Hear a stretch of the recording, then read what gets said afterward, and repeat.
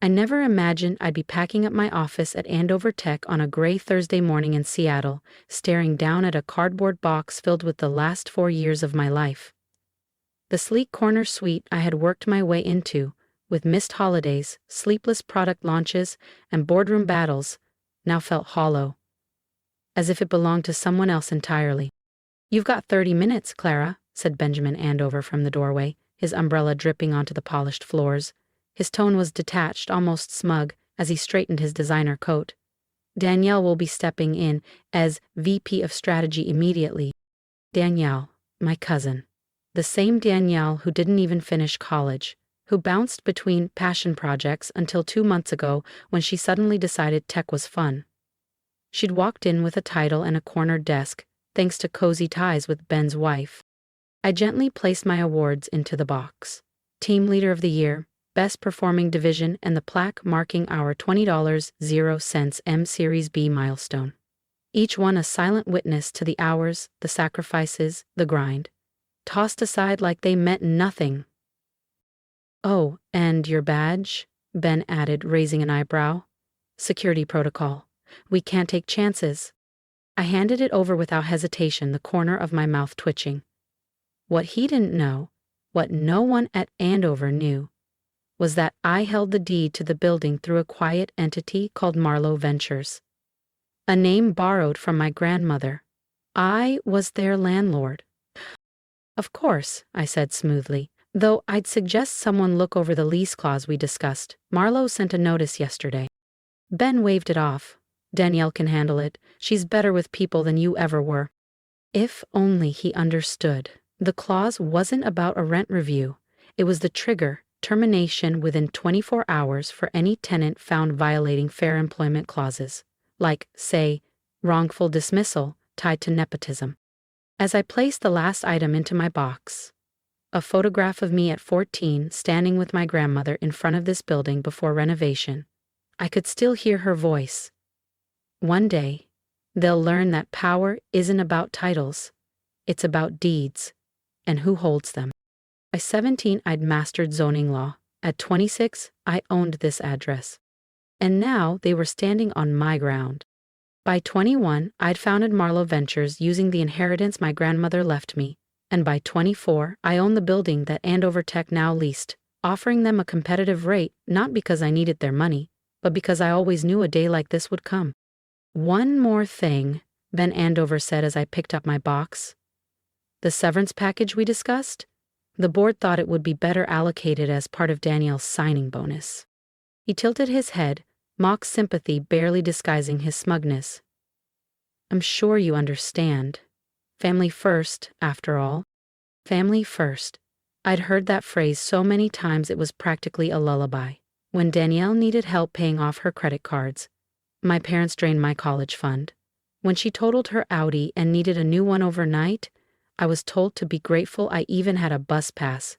And when she decided she wanted my job, our parents called to gently remind me how selfish it would be to stand in her way. "Of course," I replied, brushing past him. "Family first." The elevator ride down was silent, but my thoughts moved quickly. By now, my attorney, Naomi, would have received my green light. The paperwork was ready. The eviction notice would land on Andover Tech's legal desk by sunrise, citing a breach of the lease's ethics clause, wrongful dismissal with documented evidence of nepotism, targeted rumors, and a hostile work environment. I had the receipts. Every word, every meeting, every whisper. In the lobby, Danielle stood with Elaine Andover, perfectly poised in a tailored blush blazer. Danielle smirked as if she'd won. "Glad you're clearing out," Elaine sneered. "Danielle wants to redesign the entire floor. Your taste was cold." Danielle gave a sheepish shrug. "I'll take care of things, Clara. I promise." I stepped back when she reached for my arm. "Just like you took care of the narrative, right?" "Oh, don't be so dramatic," Elaine said, rolling her eyes. "It's just business." Just like it wasn't personal when Danielle hinted I was emotionally unstable. Just like it wasn't personal when she spread lies about me flirting with clients. Just business. "You're right," I said, my voice calm. "It is just business." Outside, the rain had finally stopped, but a storm still lingered in the air. I placed my box in the back seat of my silver sedan. Not flashy, not new, But mine. My reflection in the window didn't show defeat, it showed ownership. I didn't look like someone who had been defeated. I looked like someone who was about to win. My phone buzzed with a message from Naomi. All documents signed, notice will be delivered at 9 a.m. sharp. I typed back one word, proceed. As I drove through the quiet streets back to my modest home in West Seattle, I thought about what tomorrow would bring. Ben's face when he realized Andover Tech had just 24 hours to vacate their headquarters. Elaine's reaction when she discovered their trusted landlord was the woman they dismissed without a second thought. And Danielle, when she realized her shiny new office would be off limits before she had time to hang a single frame diploma. But mostly, I thought of my grandmother's voice. Real power doesn't come from the tallest tower. It comes from knowing the land underneath it is yours. When I pulled into my driveway, there was nothing flashy to suggest I owned one of the city's most valuable commercial properties. Just a small, quiet home, a carefully tended garden, a mailbox with my name. Another buzz. A message from Danielle. No hard feelings, right? You get it's just business, family brunch on Sunday? I didn't reply. There would be time for brunches and excuses later. For now, I had a job to do. Inside, I stepped into the real control center, my home office. This wasn't the sleek space I'd just been forced to leave behind. It was better. It was real. Here sat the deed to the building, the founding documents of Marlowe Ventures, and the binders, color-coded, indexed, of every shady meeting, every whisper of favoritism, every HR complaint brushed under the rug. I opened my laptop. First, an email to all Andover Tech employees, scheduled for 8:55 AUME. Please be advised that due to unforeseen circumstances, all staff are to work remotely until further notice. Building access will be suspended starting at 9:00 AM. Next, the press release. Marlowe Ventures terminates lease with Andover Tech effective immediately due to documented ethical and contractual violations. Finally, I sent instructions to building security. Change all access codes. Lockdown at 9:00 AM sharp. My phone buzzed once more. This time, from my mother. Danielle explained everything. We're disappointed in how you handled this. I stared at the message, unreadable emotion churning quietly beneath the surface. Then, I turned back to my screen. I wasn't done yet. Why couldn't you just support your cousin? I placed the phone face down on my desk. Tomorrow they'd understand. All of them. That success built on lies, manipulation, and betrayal isn't success at all. It's rot beneath a glossy surface. Outside, the Seattle rain returned, tapping steadily against my window as I finalized the last preparations. In less than 24 hours, Andover Tech would learn what happens when you underestimate the quiet one, the one who stayed late, said little, and observed everything. They thought they were firing an employee. They didn't realize they were waking a landlord who had spent 5 years laying the groundwork for this exact moment. And Danielle? She'd learned that some battles are already lost the moment you step onto the board. I closed my laptop and stood by the window, watching rain cascade down the glass. Tomorrow's forecast? Stormy, with a 100% chance of consequences.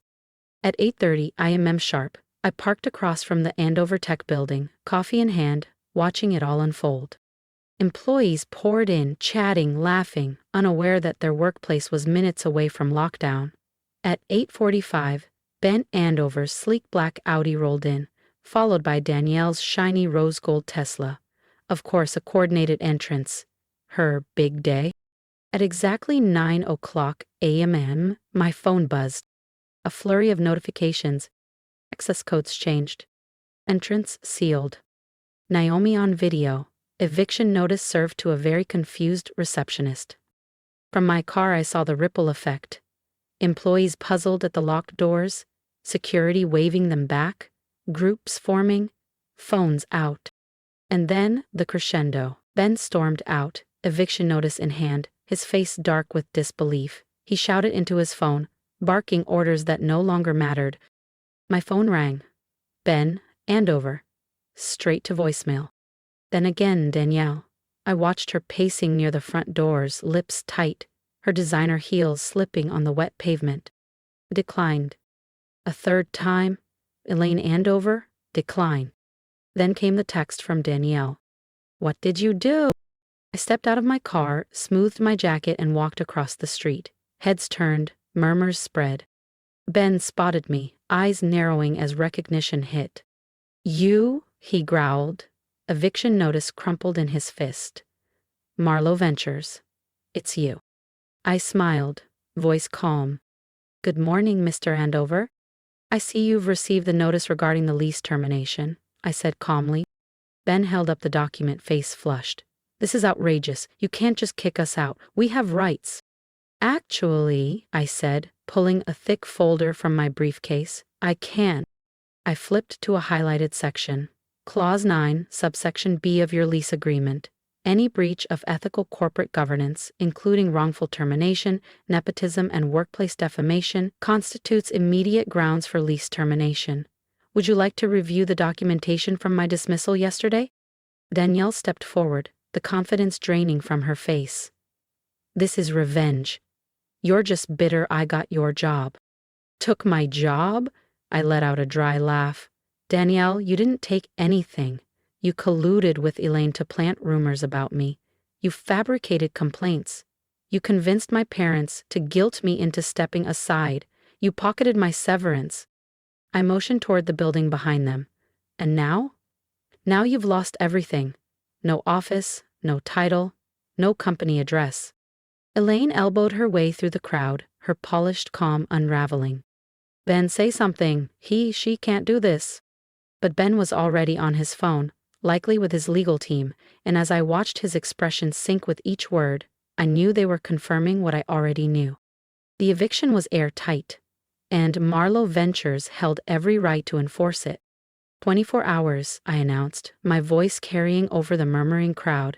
That's how long Andover Tech has to vacate the building. Anything left behind will be treated as abandoned. Ben's voice cracked. You expect us to move an entire company in 24 hours? We have contracts, clients. The same amount of time you gave me to clear out my office, I replied. Nothing personal, remember, just business. Danielle grabbed my arm, her eyes wide and glassy. You can't do this to me. Clara, I'm your family. I gently removed her hand. Exactly, and you always said family first. So that's what I'm doing. I'm protecting my real family, Marlowe Ventures. Phones were out, people were recording. I didn't care. I had waited 5 years for this moment. Oh, and one more thing, I added, pulling a second document from my folder. This is a formal notice of legal action against Andover Tech for defamation, workplace discrimination, and wrongful termination. Ben lurched toward me, fury contorting his face. But Elaine held him back. You'll regret this, he growled. I'll bury you in litigation. I smiled. I'll see you in court. I smiled, thinking about the archive I had built over the last 5 years. Every offhand comment, every backroom deal, every whisper of misconduct, documented. Every email, every meeting recording, every shady transaction, preserved with precision. I looked forward to discovery, I said calmly, watching Ben's expression twitch. I'm sure the board will be very interested in some of the materials I've compiled. That landed. He knew exactly what I meant. The questionable vendor kickbacks, the consulting payments to his golf buddy, the HR complaints swept under the rug, the quiet pattern of systematic exclusion and discrimination. All of it, ready to be unsealed.